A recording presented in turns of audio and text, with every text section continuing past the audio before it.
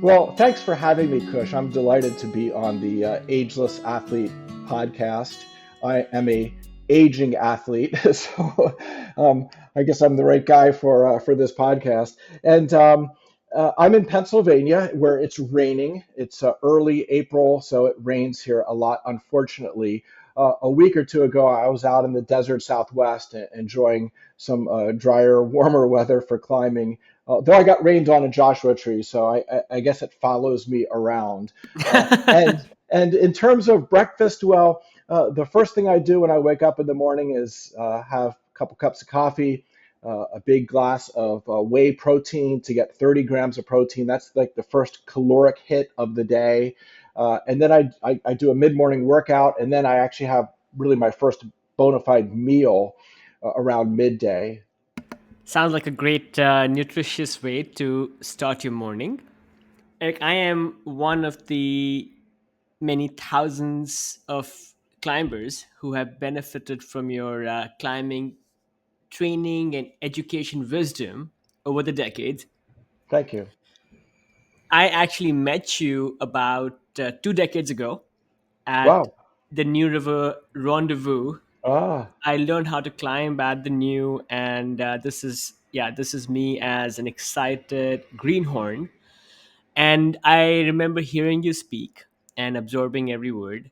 And then I went back and bought some of your early books. I have this book here that I credit to helping me climb my first 512. Oh, great. I am holding this book up for those of us who are not on video. So, yeah, you have provided so much information, wisdom, and motivation to many of us around the world to achieve some of our climbing goals. I am wondering if you have any fun client testimonials to share, any that come to mind, maybe where your education has been transformative in their climbing journey. Well, it's hard to pick out one. I've worked with, thousands of climbers in person. I've had an influencer coached remotely thousands of other climbers through the internet. In the old days, back in the 80s, through the mail, snail mail, I would write training programs. And of course, my books, I've written several books. They have circulated around the world to more than 50 countries. And there's 7 or 8 translations of the Training for Climbing book. And so uh, I am humbled, and it's really gratifying to hear from people around the world. I can be at a crag in Germany and somebody recognizes me and comes up and thanks me, kind of like you just did, saying they read a book and it was, changed the trajectory of their climbing or the nature of their training for the better. And yeah, so that's huge for me because I got into the sport almost 50 years ago as a 13-year-old here in Pennsylvania. There was no kid climbers back then. I was just a kid with a few older guys, and climbing was a small kind of sport filled with eccentrics and physicists, and there were no climbing gyms, and there was no climbing in the Olympics, and it was a very different sport. And I fell in love with it, like you did, and many other people do. And the journey I went down on, training for climbing, and being a researcher, and being a coach, and now being a business owner in the climbing industry. Uh, it None of it was planned out. It was just kind of this journey that I set out on at age 13, and I think back on it. It's kind of amazing because I could have not predicted any of it. Other than in the start, I just wanted to climb a lot and climb hard and travel, and I did those things and a lot of other things that I could have never imagined along the way. So but just running into people at the crags, total strangers, shaking their hand, answering trading questions, and hearing how my works have influenced them is very, very gratifying. Because you don't get rich writing climbing books. It's not like I'm writing Tom Clancy novels or anything like that. It's a very modest income, and I, for most of my adult life, worked a full-time job at a university because that's what it took to pay the bills and to raise my kids and send them to college. And So the climbing stuff for most of my career was kind of a secondary job on the side that was just more a labor of love that spun off a little bit of income. Now, in recent years with my business, it's the focus of my work life is PhysiVantage Nutrition, and we'll talk more about that later on. Eric, you were innovating at a time when there wasn't so much literature or published science in this little sport of ours. There were no YouTube videos, and there were no, social media where people were sharing information. Where were you learning? How were you amassing this body of knowledge? Were you your own guinea pig, or were you out climbing with some of your cohort back then, and you were trying these things out on each other? Take us back to those early days of developing Yeah. your climbing science. Yeah, you bet. Well, during the 1980s, definitely that was an intense period during my college days and soon thereafter, where I was very much a guinea pig, just trying different things and trying to identify what published science, what proven techniques in other sports. There was no published research in climbing back then, so you had to look at what other sports employed in terms of protocols for developing generalized endurance or strength and power, and then figure out how can we apply this to climbing. And there are a few other climbers around the world doing the exact same thing. In Germany, Wolfgang Gulick engaged a university professor in exercise physiology, and together they basically invented campus training, which was a plyometric plyometric training applied to climbing. Plyometric training existed for leg training for jumpers and sprinters and power lifters, but they took the proven protocols for that plyometric training, and then how do we apply this to fingers and arms? And they invented the campus board in Nuremberg, Germany. The training facility where they put the first, built the first board was called the Campus Training Center. That's how the board got named the campus board, because it was in this training center called Campus at the University of Nuremberg. And so that's a neat little piece of history there. And so that was the mode that all of us climbers, which was a very small number of kind of top climbers who are training, Lynn Hill and John Long were kind of developing their training. John Long was a weightlifter and incorporated that a bit into his training. John Gill, the legendary boulderer, who was a generation older than me, but he was climbing and training very hard in the 1960s already. He used gymnastics exercises to mimic certain climbing positions and movements. And so there was, maybe around the world, I don't know, a dozen or so of us that were experimenting and creating and synthesizing from other sports and just our own minds, trying to come up with ideas. John Backer, legendary California climber, developed his own training rigs. He had something called the Death Board, which was a overhanging board with little crimp holds and pockets on it, which was kind of the precursor to an indoor climbing wall or a home woody. He was doing that in the late 70s and into the mid 80s. And so that was something I mimicked and copied after what he was doing. And so there was kind of this interplay, but you're right. There was no literature that existed at the time on training for climbing, no books. And I approached Rock and Ice and Climbing magazine, I believe in 1986, and said, hey, I'd like to write a few training articles for you. And they both basically responded, Eric, nobody trains for climbing. They just go out and climb. And that was kind of true for the masses, but the people that I was hanging out with and idolizing, the people like John Gill, let's say, or Wolfgang Gulick, who I met in the late 80s and talked training with, those people, of course, were training very hard, and they were also pushing the boundaries of climbing.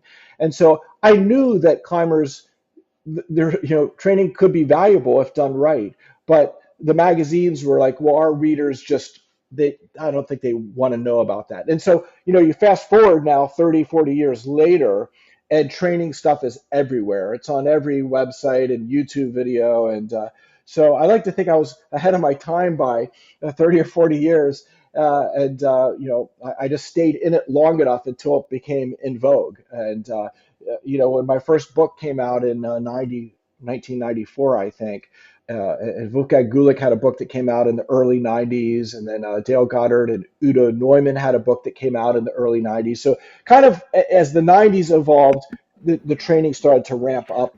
Sorry, were you collaborating with some of these early pioneers? I did read Performance Rock Climbing way back in the day, and I think it had some influence in my climbing. But these Mm. early innovators, was there like a band of brothers where you were sharing notes about what's Well, working, what's not I working? wasn't I mean in Europe there was because Wolfgang Gulick and Ben Moon and Jerry Moffat, the three of them would climb together occasionally and train together occasionally in Nuremberg, and and here in the States less so. I think that was the case. I mean, there was a few people around Boulder, Colorado, and a few folks in Yosemite. Backer built his little Yosemite training center, which was just some boards and rings in a tree at the camp there. I, being an East Coast climber, was more isolated. There were a few strong climbers in the East, but it wasn't quite the same as being in Boulder, Colorado, or being in the Frankenjura in Germany, or being in Yosemite. But again, during my travels, I would run into these people. I would run into Backer or Wolfgang Gulick or Todd Skinner, and we would have these lively conversations and kind of trade ideas. And they, in my books, I credit all of them for being an influence on me. And kind of to some degrees, people like John Gill, I kind of view myself standing on his shoulders, carrying on what he started. He was probably the first climber to really train specifically for climbing back in the 60s. So I think of him as some people call me the father of training for climbing, and I'm like, well, John Gill's the grandfather of training for climbing. And now, all these years later, there are top coaches around the country and throughout the world for sure. So there's now a lot more information available. Although, I hear from a lot of newbie climbers or intermediate climbers that there's so much information out there now that they kind of are overwhelmed and not sure. There's some contradictory or conflicting guidance and information, and so it's kind of a double-edged sword. It's nice to have all this information at your fingertips, but for the end consumer, there's also a lot of overwhelm and confusion, I think, because of that. And so there's still climbers still have to kind of seek out and suss out what are the more reliable, trustworthy sources, and what fits for them. If you're a 5'10" climber, you shouldn't be trying to mimic or emulate what a 5'14" climber is doing. It's just not appropriate. There's a need for nuance, and that's a word in my training for climbing podcast that comes up numerous times each month. Is whether you're talking nutrition or training or recovery or biohacking, the nuance is quite critical to get it right for what are the specific needs of a rock climber, because we are quite different from athletes in most other sports in terms of what we ask our bodies to do. So cool to hear of that trip down memory lane, Eric. Those of us who obsess over climbing history can only imagine, you and the early fathers and uncles of climbing training getting together and exchanging notes at crags and distilling it down for us to learn from. Uh, f- on a fun side note, Eric, congrats on raising a brilliant climbing family. Besides your own climbing accomplishments, your wife climbs, she's an athlete, and then your sons are these young rock stars. A couple Yeah. of small questions there, because many people are interested in how to raise the perfect climbing family, and I don't think there's anything such as that, but curious, did your sons naturally gravitate to climbing? Did you coach them yourself, given that you are a coach as well? And then maybe one or two do's and don'ts when it comes to raising a climbing Mhm. family. You bet, Kush. Yeah, and this is a really rich topic, that I could do a whole podcast on, obviously. And I get asked so often. I have parents, sometimes they've just had their first or second child. They're not even out of their diapers yet, and the parents are already thinking these questions. And then other times I hear from the parents when the kids are 13 or 14, and maybe debating whether they want to go into competition climbing or whatnot. And so people do look at me as, and also someone like Robin Erbsfeld in Colorado, who has have two amazing kids, two of the top climbers in the world. One of them an Olympian, Brooke Rabatu, and ask for clues. And there is no perfect answer, because if you looked at the Rabatus, what they did was quite different from what I did. The Rabatu family was pretty much, both of the parents were world champion climbers, World Cup climbers. They owned a small climbing gym in Boulder that grew into a really nationally recognized youth training center of sorts, ABC Climbing. And so they were pretty much 100% all in on climbing. For me, the way I evolved as a climber, and the reason I think I'm still climbing all these years later, is that I always had balance in my life. And so, I mentioned earlier that I had a university job for over 30 years that kind of balanced out my climbing travels and my climbing training and book writing. And, my wife was not a climber before I met her. She's actually an LPGA golfer. She's a golf pro, a very talented athlete. And so I taught her to climb kind of as a second sport or as a getaway from her golf world, very, very different kind of sport, obviously. And I found that there was a beauty and power and ultimately longevity in having this more balanced approach to life. And again, I'm not saying what's right for any individual or wrong.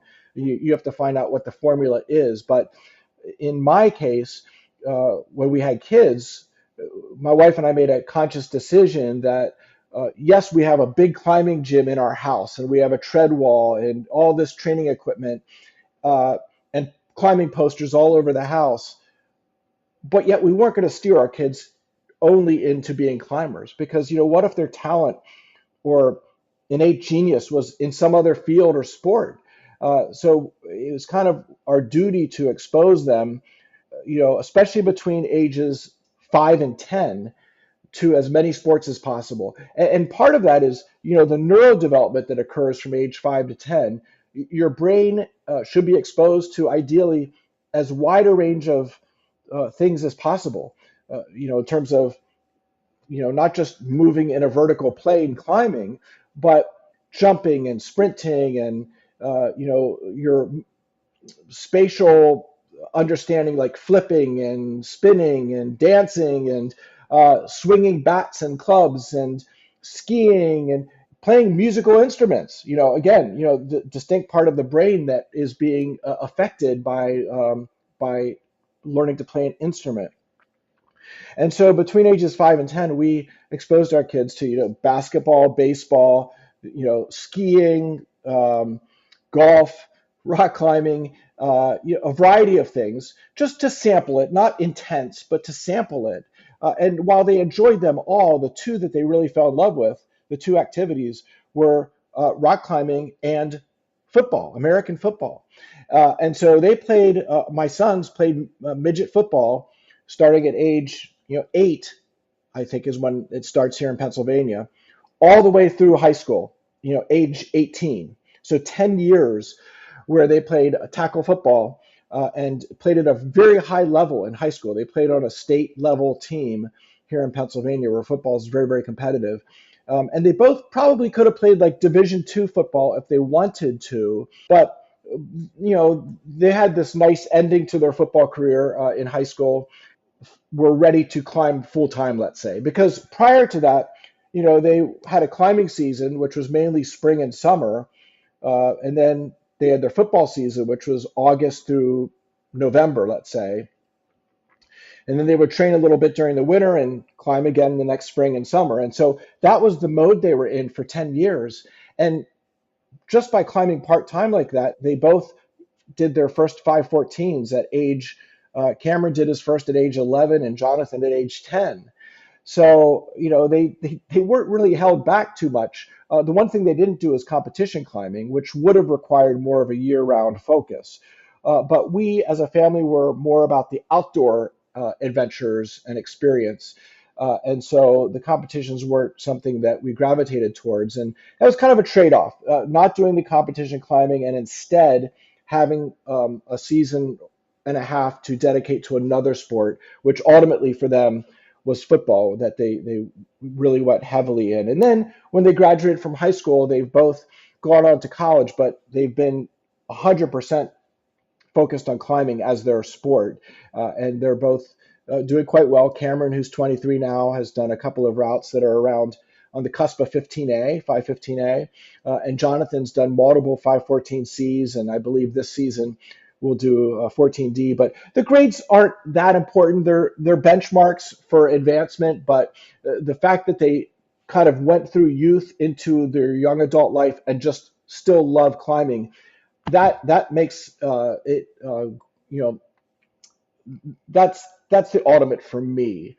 Grades aside, is that they because a lot of kids get exposed to sports or get exposed to climbing, and then they kind of it plays out and they burn out by age 18 or 20, and then they're out of the sport. And to me, that's sad because climbing is such a great life sport that even us older guys can do and enjoy and still perform at a pretty high level.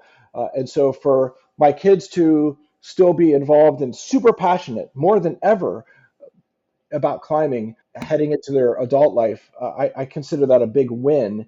And yeah, they're still, they're finish up college and, develop careers that may or may not relate to climbing, but thank goodness they love climbing. So I think that's kind of the bottom line on the whole thing. So I guess my message to parents is find your kids' natural talent, expose them to a variety of sports when they're young. Don't force them into climbing year round too early, and just kind of figure it out intuitively year over year. It'll all work out for the better. That's a powerful message. What you're saying makes so much sense because when I speak to other parents whose kids do climb and climb at a good level, not climbing 514 and 515s like your sons, but still doing really well. I think what I hear consistently is exposing them to the outdoors, exposing them to climbing, but not pushing them hard into it, letting them discover the joy of climbing on their own. And I think maybe that's part of what has helped your family, where they were around climbing, they still had their primary sport, and over time they, I guess, it dawned on them that climbing indeed is such a fulfilling way to spend one's time and be outdoors and be athletic. All of that. Yes, and Moving the on. one thing I was just going to say, the final comment here is, as part of that, what we did was each summer we would go on kind of an epic road trip for our family. My wife and I and our two boys would pack up the Jeep with the roof rack, and we'd have all of our camping gear, and we would drive west, and we would spend a month camping in Ten Sleep Canyon or at Wild Iris or Maple Canyon or whatnot. And so it was more than just clipping bolts or clipping anchors or whatnot. We were cooking and living around a campfire and camping in a tent and doing that every summer with our kids. So it was a grand experience that was far beyond just climbing. And again, I think my sons have really fallen in love with the whole experience, being outdoors. So many people discover climbing in the gym, and that's great. Gyms bring climbing to the cities to people who might never discover climbing otherwise. But to me, to be just a gym climber, you're really missing out on the beauty and the majesty of that outdoor climbing experience. You can't compare that to being in Yosemite with these giant walls, sticking up, and that is for me, those settings are almost take things to a spiritual level. And again, I don't think you can find that in a climbing gym. That's well said. The beauty and the majesty of the outdoors, indeed. I credit the formative trips I had with my parents. I grew up in India, and we would do these little backpacking trips to the Himalayas growing up. And while I, at times, would have preferred to be with my friends doing something else, but those trips to the mountains left a lasting impression. And here I am, obsessed with the outdoors. Good for you. Yeah. That's one of the things on my bucket list. I don't think I'll ever climb Everest, but I wouldn't mind doing one of those treks to base camp. So that's kind of a bucket list thing for my wife and I. Absolutely. Eric, how has your own approach to training changed over the years? Some things that you have found work well, and maybe some things that you were espousing over the last couple of decades may not work as well because information, so much has improved, the guidance has improved, the science has improved, Mm, our ability to do, let's say, controlled experiments has improved. So mm, what has maybe been two or three key learnings on your side on what works and right. what doesn't work and climbers should stop doing? Yeah, well, and it's a rich topic and a good question to ask. And definitely my mind has changed on a number of topics over the years, so sometimes changed numerous times based on experience and research and other people's findings and discoveries. If you go back 40 years, say to the middle 1980s, when there was just a small cohort of us folks, training for climbing, uh, the formula was pretty simple. It was to climb a lot because climbing is a skill sport, and so just being out climbing, you develop skill, you develop endurance if you're climbing a lot. And then when we would train, the focus was quite simply on just getting strong. And the things we did to get strong were just kind of a shotgun approach. It was one part lifting weights, one part because we saw John Gill using gymnastics exercises like the rings. We would do ring exercises like front levers and iron crosses. We saw people like Backer, doing weighted pull-ups. We saw Wolfgang Gulick doing one-arm pull-ups in campus training, and so we kind of cobbled together just kind of what seemed to work, kind of what the top climbers were doing. There wasn't so much science to it. It was just kind of what, I don't know if kludge is the right word, but we would just kind of piece together something that kind of made sense. And along with that, probably our diets were quite dreadful as a rule. And I don't want to speak for other people, but back in the 80s, the emphasis was on eating carbs and avoiding fats. And Mm. when you avoid fats, sometimes you also are missing out on protein because meat can have fat and protein in it. And so I think while we had enough fuel, let's say on average, because of the carbs that were so common, and the first energy bars like power bars were just basically corn syrup and sugar. Again, just kind of calories. But I think we were deficient in protein, probably in a pretty significant way, speaking for myself, uh, deficient in essential fats, which are important for the brain and the body to function optimally. And so there was a real lack of nuance when it came to diet, and certainly to training, it was kind of just made up on the fly on what made sense. And so all these years later, we now know that we need a lot more protein, especially an aging athlete over age 40. Protein is even more essential because of the way our bodies are changing as we age. But even for younger athletes, if you're protein deficient, you're breaking every time you train hard or climb hard, you're breaking down not just muscle protein, but the force transfer proteins in our connective tissues. And so if you're protein deficient, you're blunting or slowing the ability to rebuild both muscle and connective tissues, which obviously can hurt performance and recovery, but also can lead to injury. And so the climbers who are protein deficient, both in the past and in the present, tend to be quite injury prone. And so paying more attention to getting enough daily protein is a very important thing, and getting the right amount of oils. We now know that things like seed oils can be inflammatory, and if consumed more than small amounts, not very good for a human being or certainly an athlete, but consuming the proper types of oils in our diet. And so, the information is now out there and available if you have the wherewithal or the willpower to apply that information. Uh, but it's tough in 2024. We're surrounded by so many terrible foods, highly enriched foods. You know, I think 40% of the population is now clinically obese. It's incredible. And 50 or 60% of the population is diabetic or pre-diabetic. And so now climbers, thankfully, tend to be pretty healthy people in comparison to the averages, the population averages. And we are in a strength to weight ratio sport. So there's some uh, incentive to kind of watch what you put in your mouth, but you still have to make the right choices. More protein, uh, generally more fiber and vegetables, less fast foods and less enriched foods, and perhaps supplementing some things that you're going to be deficient on, because there are very common deficiencies: magnesium, vitamin D, zinc.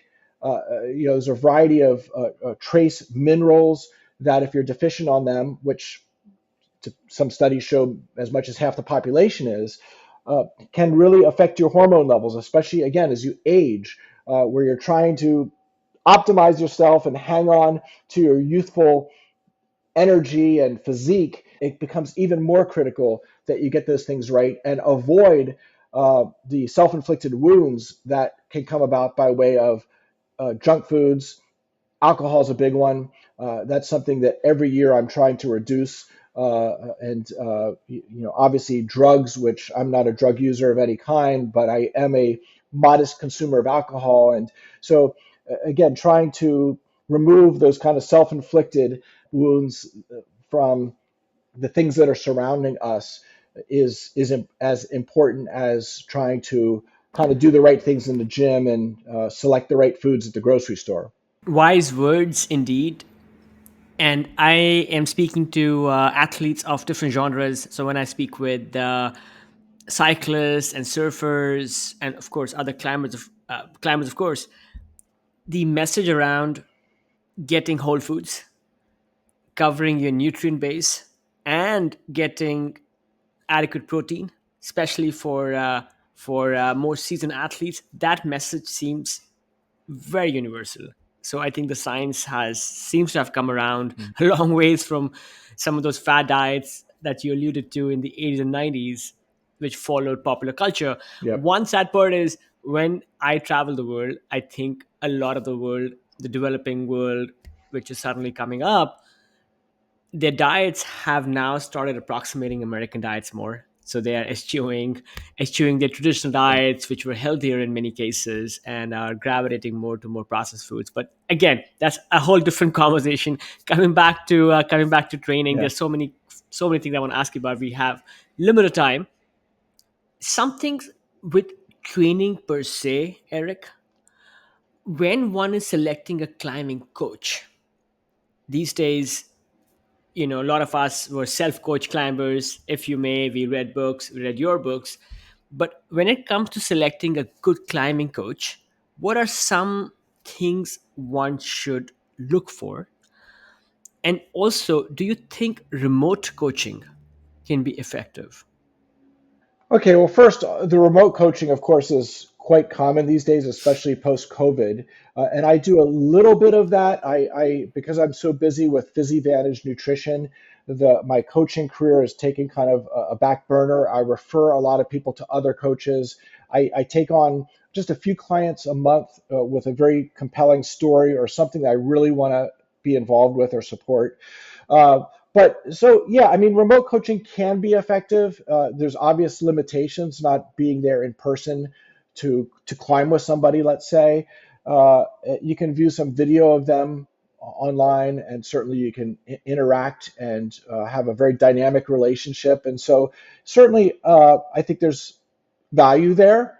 I think the ultimate is to have an in-person relationship with a coach in a gym. And in terms of selecting that coach, I think, climbing has so many sub-disciplines. And so the right coach for, let's say, a 16-year-old competition climber who aspires to maybe go to the Olympics someday, the right coach for that person is going to be different than the 25-year-old who wants to boulder V12 or 14 or 16.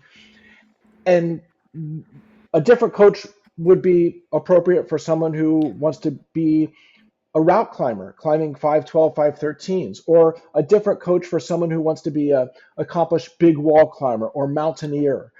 If you don't mind, maybe we can triangulate a little bit and talk about the typical busy urban climber who is managing multiple fronts, career, family, still has high aspirations for excelling with, let's say, the athletic type of climbing, either bouldering or sport climbing, what have you. For that kind of person, what would be some things to look for in selecting a climbing coach? Yeah, well, as I was saying, there's so many different sub-disciplines, but with regard to sport climbing and bouldering, which is kind of the most common scenario these days, it was someone that lives in a city and climbs in a gym during the week and maybe ventures outside on the weekends. Uh, a coach, I mean, first of all, with experience is I am a far better coach now than I was 40 years ago because I've worked with thousands of climbers. And with every new climber I work with, it's a new puzzle to be solved because no two climbers are the same. It's kind of that snowflake principle. Every climber is unique, and so training every climber must be unique as well if you're going to do it effectively and help the person become, realize their potential and hopefully avoid injury, and be able to also excel outside of climbing and have time for the other things in their life and finding that balance. So, someone engaging a coach who's only been at it a year or two, not that that person can't give some quality information, but I would think, finding the coach who's been at it for 8 or 10 years would be the better choice because they've seen, more, snowflakes. They've worked with more climbers and solved more of those complex puzzles. And again, with every climber a coach works with, you hopefully are learning something in terms of cause and effect and just how climbing and training integrates into that person's unique lifestyle and time constraints and financial constraints. Some people can only climb outside and travel once every couple of months. Other people are outside every single weekend climbing. That would demand different programs, different training programs in the gym in those two different scenarios. So I would look for somebody who has experience and has a proven track record. If you can, if they have a website or if there's a way to kind of know some of their previous clients and talk to them and get some feedback. Whereas, there's so many of these online coaches now that are promoting themselves that, if you're viewing them from afar through your laptop or phone, it's hard to really know what you're getting. And just, because they have a slick advertisement or a catchy sell phrase doesn't mean that they're going to be a good coach for you. And so, I mean, you could try people out, and there's no reason you can't switch coaches every few months. That being said, for a training program to be effective, you have to kind of go in and trust it for more of a longer term, 3 to 6 to 12 months. And so I'm not sure you could assess a training program in just a month or three, but you might, you know, gain some knowledge on the person you're working with. And so, yeah, that's kind of a tough question to answer. And I guess ask around, talk to other climbers at your gym if they have hired coaches who are successful. And, if you're a newbie climber, some of these, kind of cookie cutter programs where you can kind of download a basic program, like here's a program to train to boulder V3, or here's a program to train to climb 510. It's kind of a very generalized program.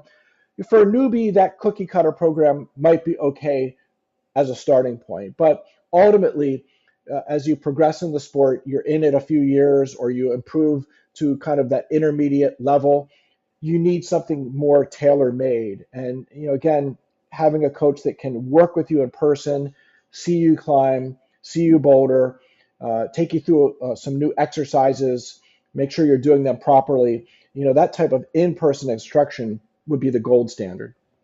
I have to agree that the climbing coaching should be tailored to one's goals. There is no substitute for experience. So, Mhm. somebody who has worked with usually more climbers for a longer number of years probably has a greater repertoire of information to draw upon. Getting a bit more specific about training, I think the science, or the, let's say, the advice around mobility and stretching seems to have also evolved over the years.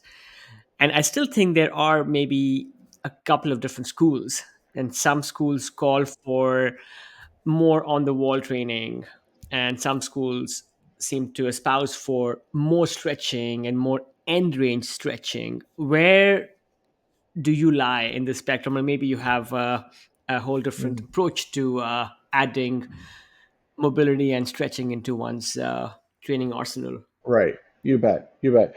Yeah, well, obviously, to move effectively on a climbing wall, you need to have adequate range of motion. You need to be able to contort your body into certain positions. And, females, for example, can excel more easily at doing those big splits, let's say, when you're stemming in a dihedral or needing to really contort your body better than the typical guy can.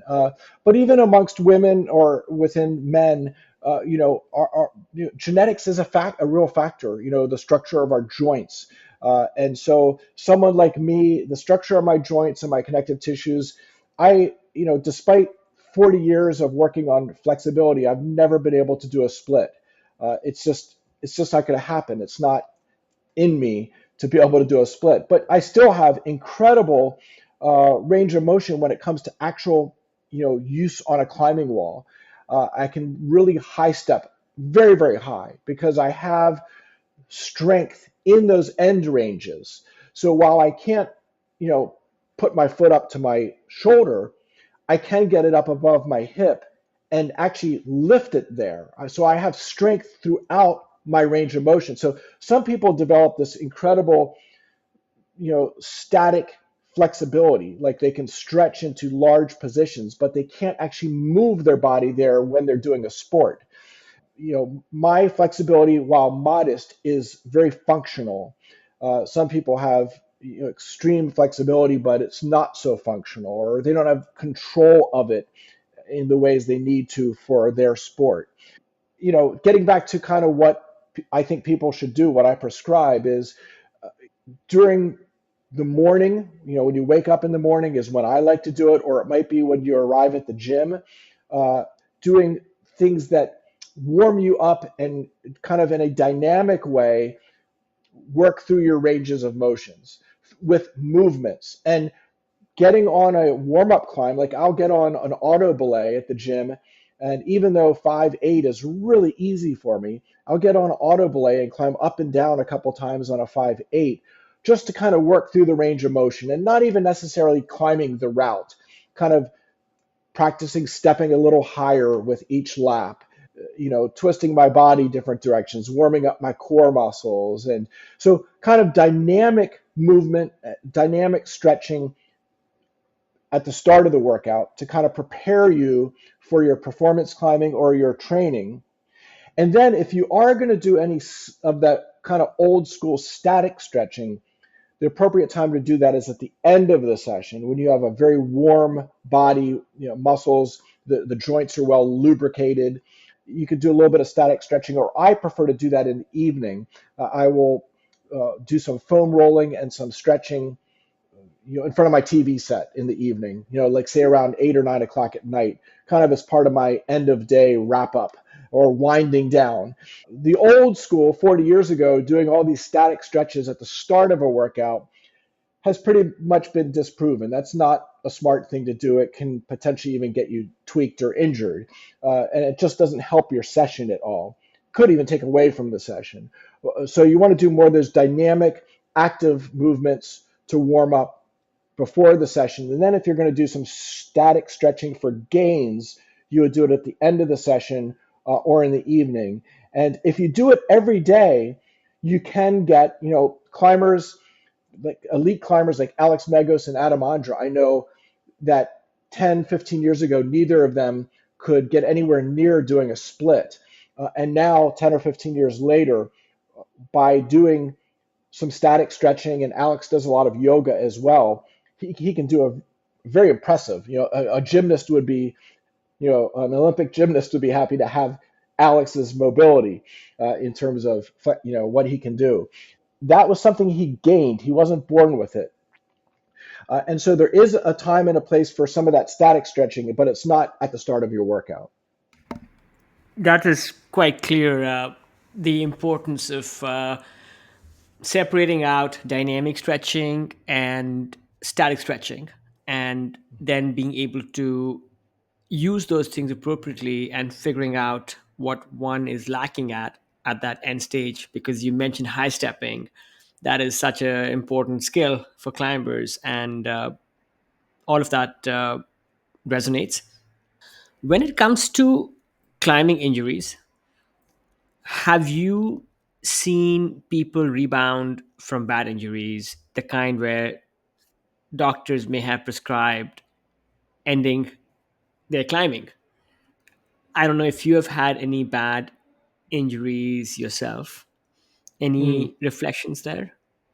Yeah, well, first of all, if you climb long enough, if you train long enough, you're going to experience an injury of some kind. I mean, climbing is hard on the body, and we grab these really small holds and sometimes pull a large percentage of our body weight on them. We grab these sometimes if you're into harder climbing or bouldering, you're grabbing holds dynamically lunging to holds at full extension where your shoulders in a risky, quite unstable position. And, torn labrums are an epidemic of sorts among hard training, hard, bouldering climbers.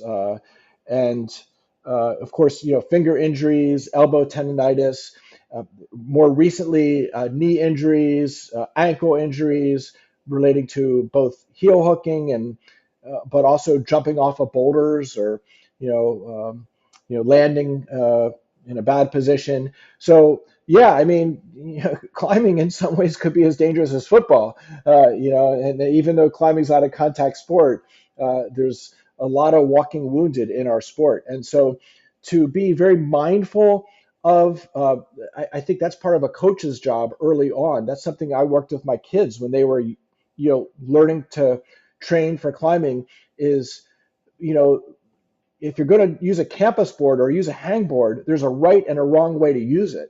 And you can get injured very quickly using it the wrong way. And probably can't go down that rabbit hole right now, right here, but you need to know how to use those tools. And same thing when it comes to lunging and doing very hard movements, odd body positions. There's a time and a place to do them, and there's also situations where you need to be disciplined and say, not today. I'm too tired to do that move again or to try that move again. A lot of injuries happen in a fatigue state where you don't have control.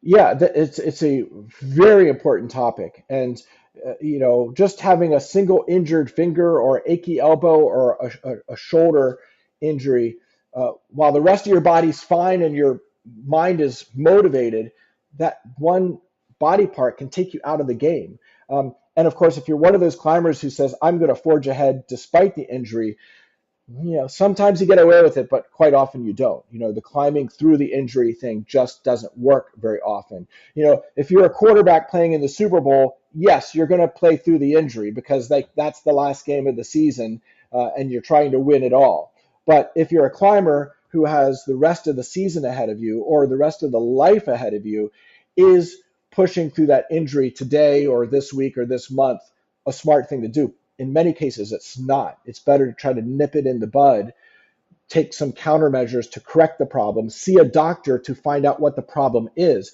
because not every finger pain is a pulley injury. There's a number of other things that can be going on. You might think you have a pulley injury, but it could be something completely different. Same thing with your shoulder. There's a dozen different things that could be causing pain in your shoulder. Though a torn labrum is quite common, there could be a variety of other things. And so being quick to back off what is hurting you, being quick to seek medical advice, I think those are things that a smart climber does. Ignoring the pains and forging ahead, taking high doses of ibuprofen just to cover up the pain so you can keep climbing. Those are things that many climbers do, but it's not a smart choice, and it may come back, likely will come back to bite you at some point. And you asked about my injury history, and I've kind of had a sampling of everything over the years. Back in the 90s, I had a meniscus tear in my knee.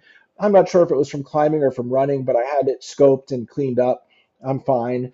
My hips are totally fine, though I know some climbers my age who have hip issues. A couple of them have had hip replacements. I've had a couple instances of mild elbow tendinosis over the years, but I've been able to always correct it with a little bit of rehab and adjusting my training.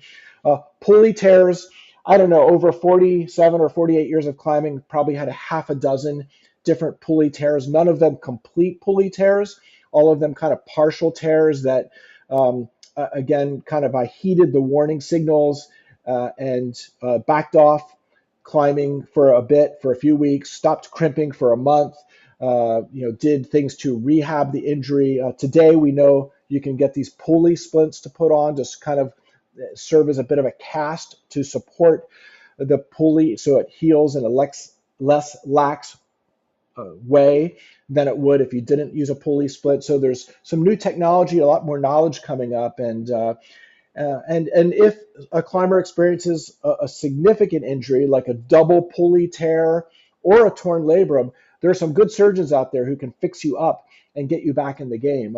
A climbing buddy of mine actually had a shoulder replacement, which I think most every doctor would say that's the end of your climbing in terms of getting like not just a little shoulder repair, but a full-on replacement.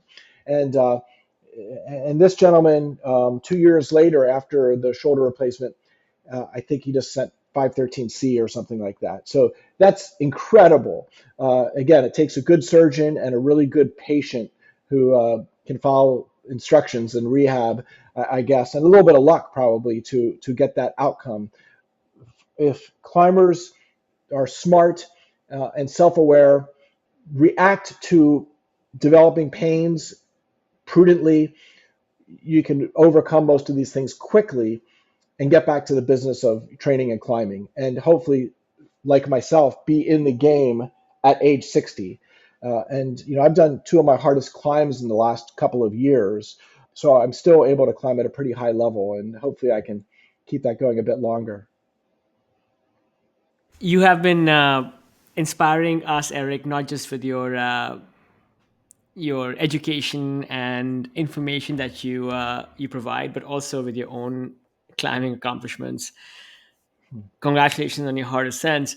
On the topic of injuries, I think yes, if one is a little bit negligent or maybe even somewhat casual with things, all the abuse our body suffers with climbing and sports catches up, and some of it is inevitable indeed. I actually have bad shoulders myself, and I'm taking a break from climbing, but hopefully I can get back in the game.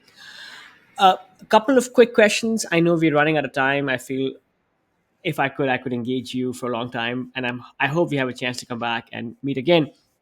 If you could just have one training board, Eric, I know that you mentioned you had or you have a tread wall, but then I recently noticed that you have also been pushing yourself on the kilter board. If one could only have one board, which is your favorite? It could be a moon Yeah, board or something else as well. yeah. Well, I'm certainly not an expert on this board training stuff. That's kind of new school. I have had a home Woody at my house for 20 years. and a tread wall, and I have about 15 different hang boards, for finger training. Uh, so kind of exploring the whole system wall thing this past winter was new to me, and I think they all have value. They're all quite different. The moon board is more technical. The holds are just generally harder to grab. It involves a lot of squeezing.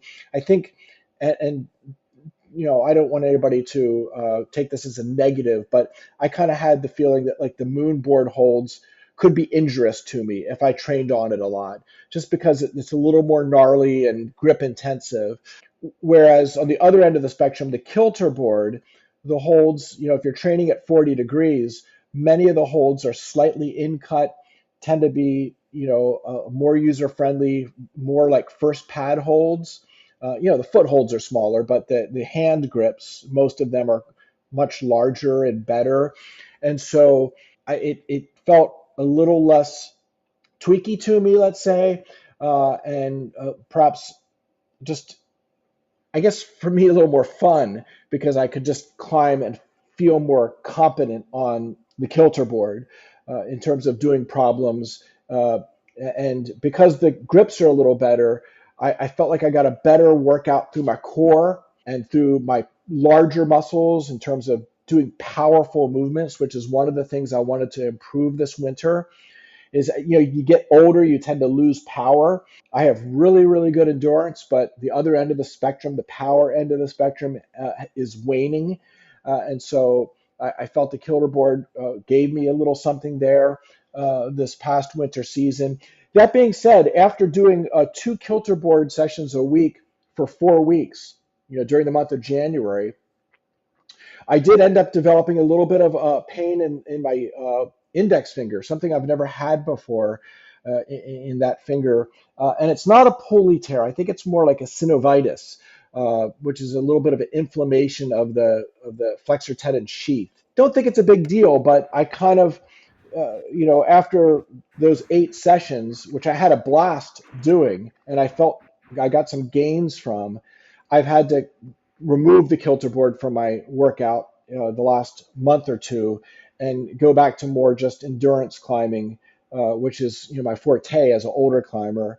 Hopefully I can revisit the kilter board here later this year without any pain in my fingers. But whenever you do, regardless of your age, whenever you introduce a new training Mm. modality, a new exercise, a new protocol, a new tool, there's the potential for it to, kind of, I mean, the novelty is a good thing because you're challenging your body with something it's not done before, but the novelty can also be something that provokes the body and Mm. leads to injury. And so, whenever you introduce new things, you want to kind of do it in smaller doses. And maybe that's the one mistake I made. Maybe instead of introducing the kilter boarding twice a week, I should have done it once a week for the first month, and then Mm. maybe ramped it up to twice a week in the second month. And maybe I wouldn't have developed this little bit of tenderness in my finger. So even the old coach can make mistakes. Perfection is not attainable when it comes to performance or training. And so again, I'm still kind of learning some things. Even after all these years. I love the kilter board. We have access to a lot of gyms here in San Francisco, but I'm often hiding at my local gym here with, with the kilter board. So all of those things make sense. And back in the day, a lot of people would talk about the tread wall, but maybe tread walls are not as popular anymore, though I can absolutely see the relevance of having a tread wall for being able to work on long, continuous climbing techniques. Mhm.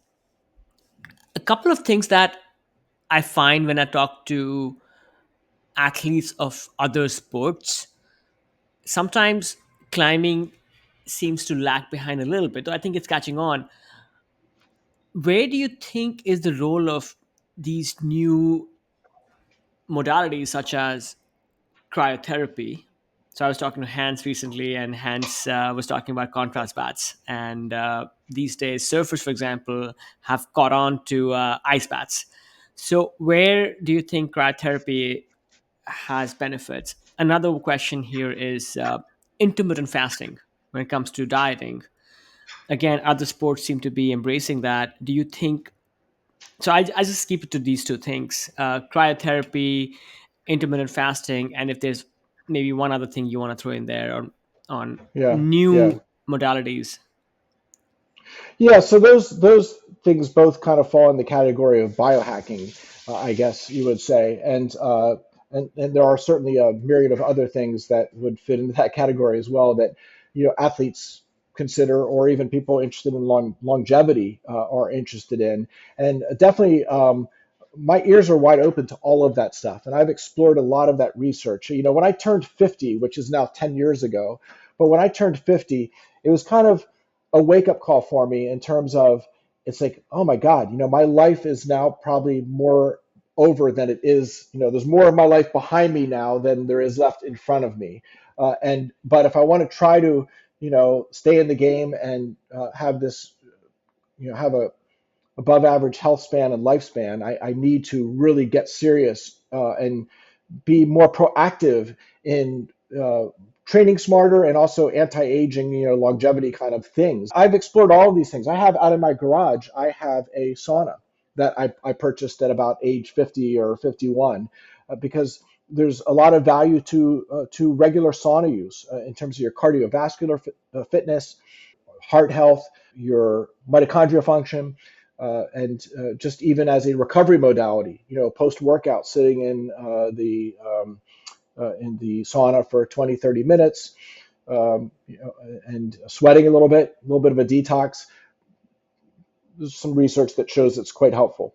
In terms of the cold, the cryotherapy, there are a number of different uses, and it's hard to give a single answer because the uses, a lot of people don't understand some of the nuance there. But cold is, well, first of all, if you just finished playing a tackle football game, or if you just came off a 1 day ascent of the nose of El Capitan, like Hans Florine does, those things are both brutally grueling on your body in terms of their punishing activities, their very hard activities, uh, and there's a strong inflammatory response that you can tamp down if you do a cold bath post game. And that's been a common thing with NFL players for many years.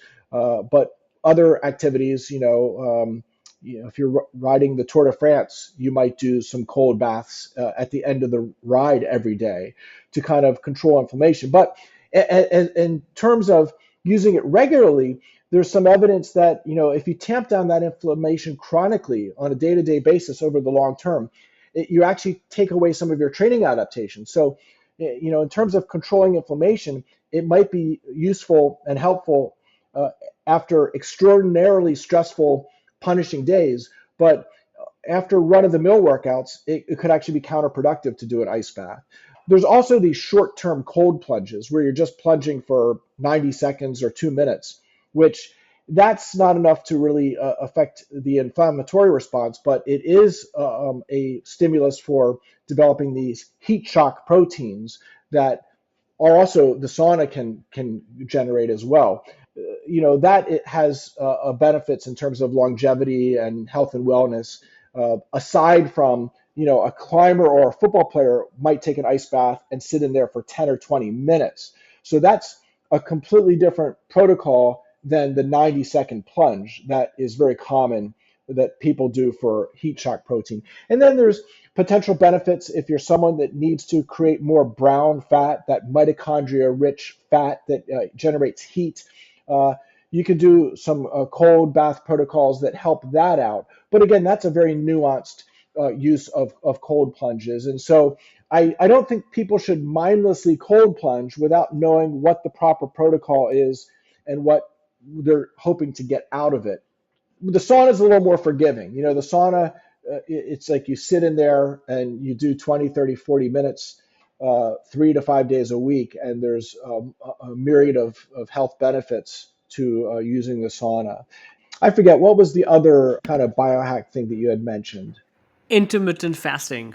Oh, intermittent fasting. Yeah, and that's another one. Hey, I'm going to admit that I was all into that maybe 6 or 8 years ago. I got into this habit of waking up in the morning. I would have my coffee, but I would not eat anything until about 1 in the afternoon, and then all my food would be between 1 p.m. and 7 p.m. And so it was the classic kind of 18 uh, 6 protocol, or 16-8 protocol, however you want to slice it and dice it. And while I kind of understood the science behind it, the autophagy benefits, the longevity benefits, I mean, there's a bunch of mouse studies that show that if you underfeed them, they live longer. But those mice aren't trying to train for climbing. They're not trying to train for climbing 513. I am. And what I discovered was, Mm. by not consuming protein, my first 6 waking hours, it was a terrible decision, especially as a middle-aged climber. But I think for anybody, even my sons who are in their 20s, I would not recommend for them, as hard as they train. They train so hard, many days doing 2 workouts a day, that their body is in a catabolic state much of the day. And so, yeah, the intermittent fasting, I do not recommend for serious athletes. If you're someone whose ultimate goal is longevity, then you probably want to eat like those mice do. And you can listen, David Sinclair is one of these longevity experts who I've read a lot of his work, and he's very much, he's published a lot of that research, and, extending the lifespan of the mice by 30% or whatnot. But for an athlete, I feel strongly now, after trying it myself, that it's the wrong thing for a hard training athlete.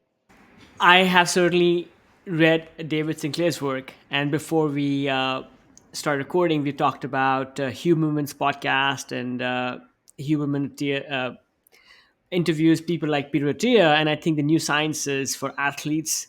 It's important to keep eating frequently, and the protein dosages, if not provided, could lead to ketosis and other things. So I think your You message bet, here and is and also, yeah, and consistent. also being sure you're getting enough, carbohydrate and fats. I mean, really, uh, having that macronutrient balance, trying to get it, you know, pretty close for you. And we're all different in terms of our insulin sensitivity, how our body reacts to different foods, for sure. I actually, you can't see it, but right now I have a continuous glucose monitor in my Hmm. upper arm here Oh. underneath, and I'm not diabetic. It's a protocol that, it's something I've started to do. I did it for a couple months last fall, and I'm doing it now this spring, to track uh, my blood glucose. I have a real time tracking on my phone, because the phone talks to the monitor. I can see where I'm at when I wake up in the morning.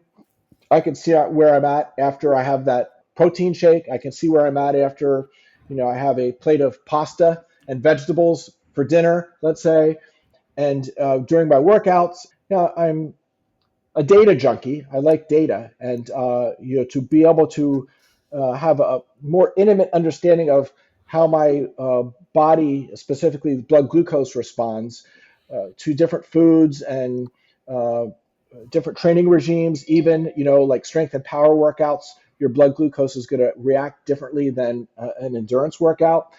A day at the crags, how much you should eat and when you should eat at the crag to kind of optimize your blood glucose, because it affects not only your energy levels, but also kind of your clarity of mind, and your recovery between red point goes, and between exercises. Again, for a beginning climber, it's TMI, too much information. But for someone who's been at this game a long time and is seeking to really nuance things, which is what I do as a coach, and it's what I do with myself. And when I work with elite level climbers, we're trying to seek out a higher understanding of the little things that they're doing. Because if you're a 515 climber, uh, gains are hard to get. Getting from Hmm. 515A to 515B uh, is incredibly hard. It's not like going from 510A to 510B. Hmm. And yeah, so to eke out those little gains when you're so far up the skill curve and the strength and power curve, you need to resort to extreme nuance. And so, again, when it comes to coaching, if you're one of those climbers that's very high, you're getting up near the ceiling of kind of what you perceive as a genetic constraint, you need to kind of pull out the stops and seek out another level of nuance, which again, it took me turning age 50 to kind of get it, that I needed Mm, way more nuance and discipline and mm, data and mm, some new interventions in terms of training and nutrition. And so now I'm at age 60, striving for even more nuance, trying to get things right. And I make some good calls and I make some bad calls. I'm very self-aware of the mistakes I make myself, like my little finger, pain that I developed this winter. And so I'm trying to course correct as quickly as I can and not ignore these things. It's a journey that I very much enjoy. Certainly, I think a whole food diet has to be the foundation of our nutrition. Even the most well-designed diet could have some deficiencies, whether it's protein or certain micronutrients. Vitamin D is a big one. If you're vegan, B12 is a big one. Zinc, magnesium, some of those minerals, uh, even something quite esoteric like uh, cobalt or mm. selenium. Are quite important for hormone levels. And for an aging dude, the hormone levels are something you're always trying to kind of slow the degradation of. Try to keep yourself as healthful as you can. And I should add that I'm a big fan of blood work. I think under 40 athletes should get blood work once a year at minimum to track a variety of markers. Metabolic panel, blood cell, red blood cell panel, thyroid function. Being able to see both your T4 and your T3 levels, obviously testosterone, free testosterone, and all the related factors there. And if you do that every year under the age of 40, you establish kind of a track record for yourself, kind of what is your young man or young woman norm. And then as you begin to age through your 40s, through your 50s, and into your 60s, like me, you then kind of know what your baseline was back in your young person days. And then you can see how things have changed, generally for the worse.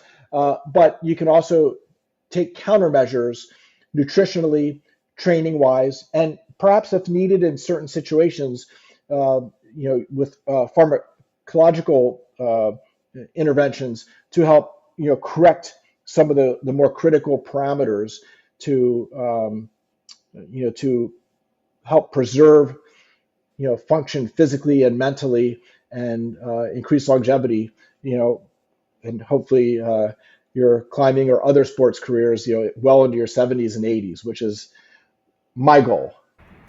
Many of us outdoor athletes aspire to being able to continue doing these things that we love until those decades.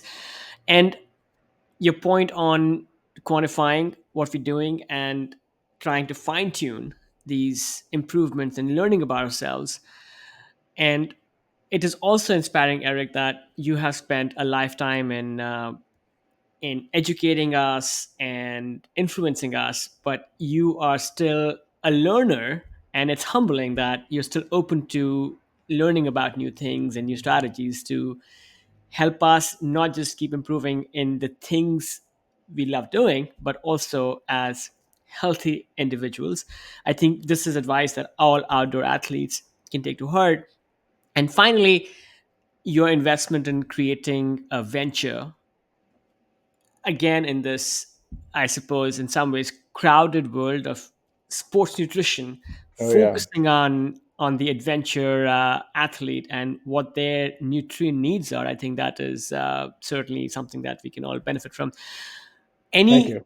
any parting words of wisdom, Eric? I feel I can pick your brain for the rest of the day, but any things you would like to share before we end this call?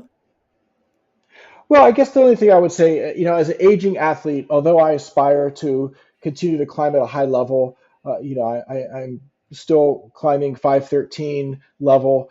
I no matter what your sport is, I don't think you want to get too focused on these objective measures. As you get older, undoubtedly we're going to slip. And some folks quit the sport at that time, whether it's golf or climbing. They'd rather quit the sport rather than see themselves slowly decline in ability. And I think that's sad because, for me, getting outdoors in nature, whether I'm going out for a hike or a climb, it is when I feel most alive and most connected to the universe and, again, spiritually connected when I'm on the side of a wall somewhere climbing, what makes me feel alive. And that's why I hope to climb even, at my older age.